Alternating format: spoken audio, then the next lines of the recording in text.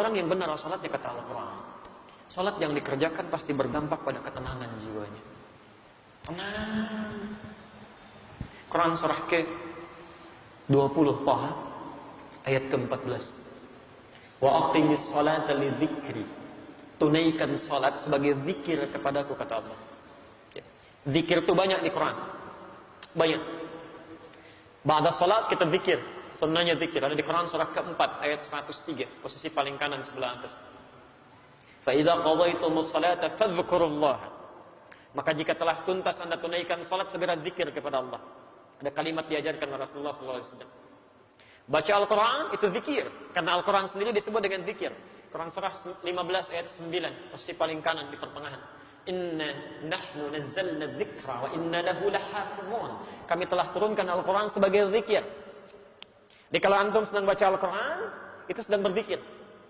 Penghafal Quran juga sedang berzikir. Bahkan 4 kali disebutkan dalam satu surah saja, surah ke-54 Al-Qamar, ayat 17, ayat 22, ayat 32, ayat ke-40. Walaqad yassarna al-Qur'ana lidzikri fahal min mudzakir. Sungguh kami telah mudahkan Al-Quran untuk digunakan sebagai zikir. Hafalannya disebut dengan zikir. Tapi apa fungsi zikir ini? Di tafsir Quran surah 13 Ar-Ra'd ayat ke-28. Ala bi dzikrillahi tatma'innul qulub. Yakinkan pada jiwamu, pada dirimu, kalau zikirmu benar kepada Allah, dampaknya ke hati pasti tenang.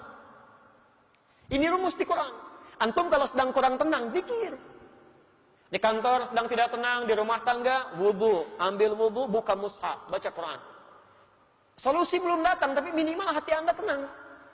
Tenang. Hafalkan Quran. Dan puncaknya sholat.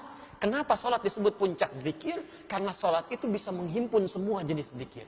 Bukankah dalam sholat ada subhanallah, alhamdulillah, Allahu akbar, ada bacaan Al-Quran, ada hafalan Al-Quran, ada doa, ada istighfar. Jadi kalau semua bentuk sholat ini menghimpun semua jenis zikir, belum mampu membuat antum tenang, antum butuh apa lagi supaya hatinya tenang?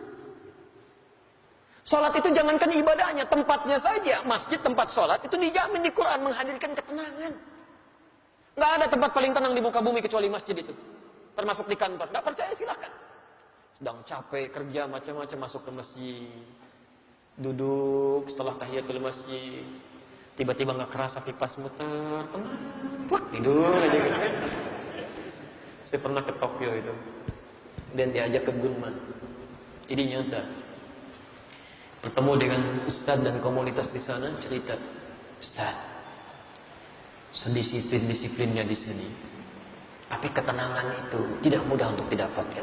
Tingkat bunuh dirinya itu 30.000 setahun. Sehari bisa 100 orang bunuh diri. Dan kami pernah dibawa ke daerah Fuji yang setiap hari akan ditemukan 4-5 mayat di situ. Makanya kata Profesor Kato, sehebat-hebatnya orang Jepang yang disiplin masih kalah sama orang Muslim, bukan orang Indonesia, orang Muslim. Ya. Jadi orang Muslim itu punya satu ajaran yang nggak ditemukan dimanapun, yang menghadirkan ketenangan dalam jiwa. Tapi Ustaz, masih ada di Swedia satu distrik yang lebih dahsyat dibanding ini. Itu bunuh dirinya di mana aja, serampangan. Karena itu konsolnya, pemdanya sampai membuat tempat khusus lokalisasi bunuh diri. Dan jamnya diatur jam 10 sampai jam 12. Jadi kalau datang jam 8 kepagian, datang jam 2 kesiangan. Besoknya lagi gitu. Nah ini nyata kejadian. Satu kali ada orang akan bunuh diri, ya jadwal dia jam 12. Ketemu dengan salah seorang di situ, Muslim, Ustadz juga, cuman di Eropa kan tampilannya agak beda. Ditanya mau kemana kamu? Mau bunuh diri. Jam berapa? Jam berapa? Jam 12 katanya. Baik, sekarang kan masih ada waktu. Mau ikut saya? Oh tidak, nanti saya terlambat. Terlambat? Kata Ustadznya, nanti saya berikan gantinya. Kan kalau kamu nggak merasa dirugikan, saya bayar kan. Akhirnya dia ikut. Dibawa ke masjid. Karena dia belum muslim, dia nggak bisa masuk, dia nunggu di luar. Ternyata mendengarkan tausiah, ada mendengarkan bacaan Quran, Allahu Akbar. Tadi saking tenangnya duduk, ngantuk, plak tidur. Dilihat begitu pulasnya sampai lewat dari jam bunuh dirinya. Betul, jam 1, jam 2 ini nyata. Ketika sudah semakin pulas, ini tidak tega membangunkan karena kelihatan enak sekali. Begitu bangun, langsung kemudian disampaikan, saya mohon maaf tidak bangunkan. Kamu merasa nikmat sekali. Kamu sudah lewat jam bunuh dirinya. Saya ingin tanya apa yang harus saya ganti. Ternyata jawabannya cukup mengejutkan. Ini tempat apa? Masjid. Apa keutamanya? Dijelaskan. Saya tidak ingin jadi bunuh diri. Tidak jadi bunuh diri. Saya itu ingin bunuh diri karena 3 hari berturut-turut tidak bisa tidur sampai hari ini. Entah kenapa tiba di sini, tiba-tiba bisa tidur. Jadi orang nggak sholat aja dekat masjid jadi tenang, apalagi yang sholat. Kalau antum sudah masuk masjid, sudah sholat gak bisa tenang juga, antum perlu apa lagi? Orang itu akhirnya masuk Islam. Peristiwa itu jadi viral kemudian di media sosial, menyebar dengan kuat sampai-sampai dipanggil oleh Pemdanya, kalau kita bupatinya. Akhirnya apa yang terjadi? Di tempat lokalisasi bunuh diri tadi, di sampingnya dibuatkan tempat untuk ustadz tadi, dan ada tulisan, bagi yang ingin bunuh diri konsultasi dulu ke sini.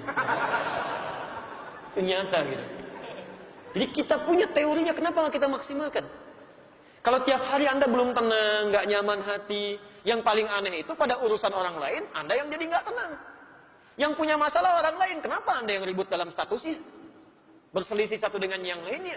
Kadang-kadang urusan yang sudah jelas masih Anda pikirin juga, itu keterlaluan. Dalam agama itu kita punya konsep, sesuatu yang sudah jelas diatur oleh Allah, nggak usah banyak dipikirin. Memang sudah begitu dipikirin pun nggak akan berubah. Mendung itu bukan urusan kita. Itu Allah yang mengatur. Mendung itu tanda hujan. Kalau sudah mendung ya siap-siap aja. Payung dikeluarkan. Itu yang dituntut ikhtiarnya, bukan dipikirkan. Duh, mendung. Kalau mendung hujan turun. Banjir. Paling macet. Ustaznya paling nggak datang, nggak jadi acaranya. Ustaznya udah nunggu duluan. Jadi nggak pas situasinya.